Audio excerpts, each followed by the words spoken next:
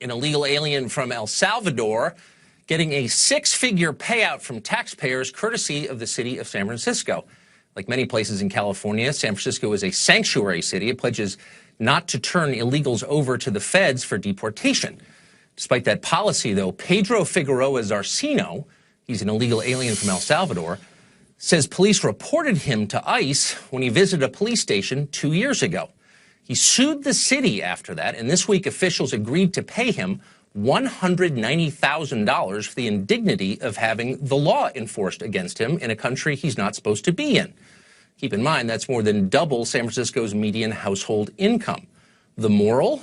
Crime pays in San Francisco. Roberto Hernandez is an immigration activist in that city, and he joins us tonight. Roberto, thanks a lot for coming on. So here's someone who is in this country illegally, sues because the country enforced its own laws against him legally, and then gets paid by the taxpayers of that country. Is there another place in the world where that happens? Well, first of all, let's talk about the failure of this country to do immigration reform. No. First of all, let's talk about the specifics of what happened in San Francisco. Wait, hold on. Slow down. I don't want to lecture on immigration reform. Let's talk about the specific case. Does that happen anywhere else? But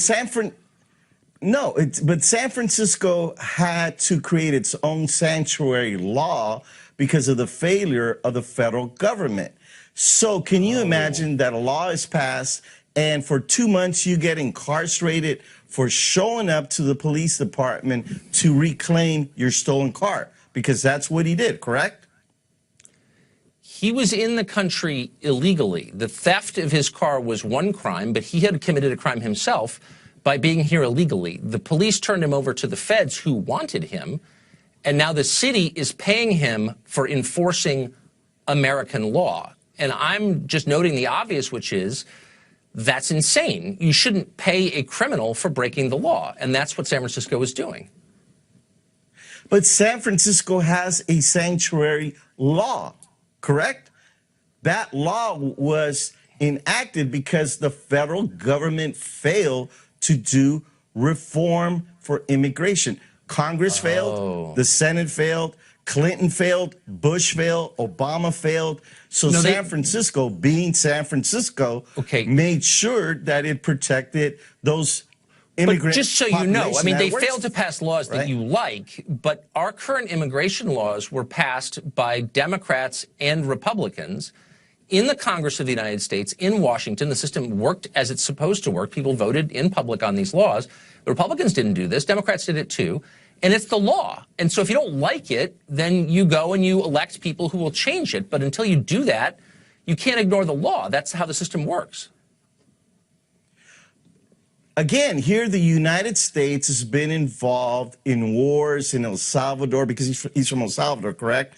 He's from El Salvador. The United States was involved in the war in El Salvador, supported that war. And then after the war, it was Carter and Reagan and all the presidents after that that welcomed people from El Salvador and Nicaragua and Guatemala to come here as refugees. Okay, but he didn't come here as a refugee. Hold on, slow down. He did not come here as a refugee. He's here illegally. He does not have legal status in the country. So my question is, why does this just apply to... Well, a lot of the people who came here as refugees don't have but papers. he's not one of them. So what you're saying is a non sequitur. But let me just ask you, why does this... Hold on. Why does this just apply to illegal aliens? Why don't I benefit from this? If I'm wanted for tax evasion in another state and the San Francisco police turn me over to the feds, why shouldn't I be able to sue the city of San Francisco for cooperating with the federal authorities? Why do only illegal aliens have this privilege in your city? But it's a law. I mean, and then let's take look what what's happening with the sheriff. Why does the law just protect illegals? Why doesn't it protect American citizens? I mean, if I commit a crime in Washington and I go to the open arms of San Francisco as a tax fugitive, why aren't you protecting me? Why are you just protecting illegals? I don't understand. But he didn't commit a crime. He's living in a city that he's living in a city that has a sanctuary law that protects him. Right, but San Francisco's not a country yet. I mean, that could happen. I'm sure you're agitating for it, but as of right now, it's a component of a larger country called America, which has control of its borders. San Francisco doesn't make immigration policy. The federal government does because it's a country. So, but you're Yeah, dodging my question. Why are we extending these privileges only to illegal aliens and not to me, an American citizen who would like to, I don't know, violate a law in another state and hide out in your city? But you're protected. I'm protected. But we have, look No, at the I'm not. sheriff from Arizona. The sheriff from Arizona, currently, isn't he being charged in a criminal case because he violated the law? Okay. I'm not following your logic here, but I'd really like to pin you down on this question. So San Francisco says that one group of people does not have to follow federal law, illegal aliens. But it doesn't extend that protection. San Francisco has no other laws that I'm aware of that say to actual Americans, you don't have to obey this or that federal law. Only illegal aliens.